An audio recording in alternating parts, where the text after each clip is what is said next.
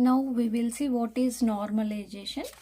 First we will see the definition. Normalization is nothing but a organizing the data into multiple related tables to minimize the data redundancy.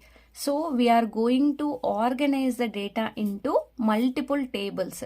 Why we will do means to minimize the data redundancy. What do you mean by redundancy? Means duplication of data exists in the same relation. For example, if you observe this student table like roll number, name, branch code, branch name, HOD, for each student here branch name is CS. This is nothing but a repeating multiple times. Here branch code is repeating multiple times. HOD Ravi is repeating multiple times.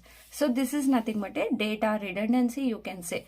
So here whenever the data redundancy is more in the table, then complexity of data increases.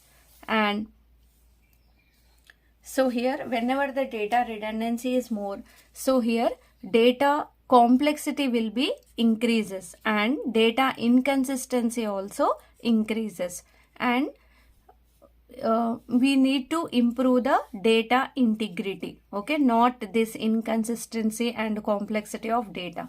So here by applying the normalization techniques we can reduce the data redundancy. How we will see, okay. For example, this is the table.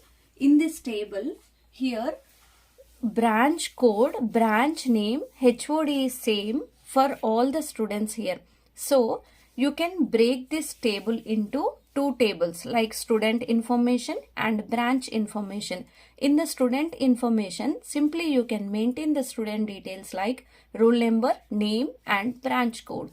Here branch table one more you can maintain, and branch code, branch name, HOD you can write like 5 CS Ravi.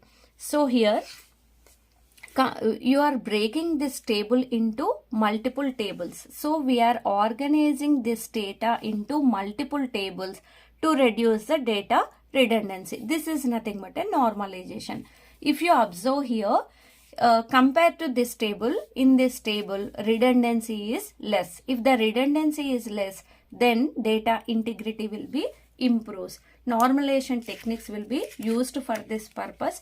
And if we don't normalize the table, okay, we don't organize the table, it may causes the anomalies like insertion anomaly, deletion anomaly, update anomaly. We will see what is one by one.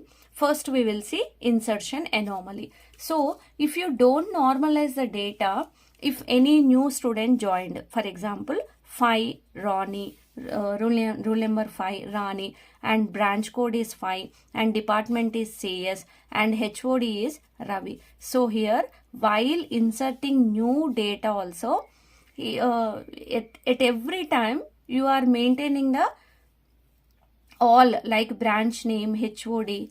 So here redundancy is increasing here. If whenever you are inserting a new data into the table, it increasing the data redundancy. And deletion anomaly. Deletion anomaly means whenever if you want to delete any John particular roll number and name details, if you want to delete, it is deleting the entire tuple, branch, John, branch name, HOD, this all it is deleting. So that it causes the deletion anomaly problem. Next one, updation anomaly. If you want to change, CS HOD has changed.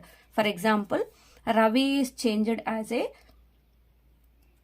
Rajesh. So here at every row you need to change. That causes updation anomaly. So here if you apply the normalization techniques, data redundancy will be less and inconsistency of data will be less, and also complexity of data less, which makes data integrity will be more.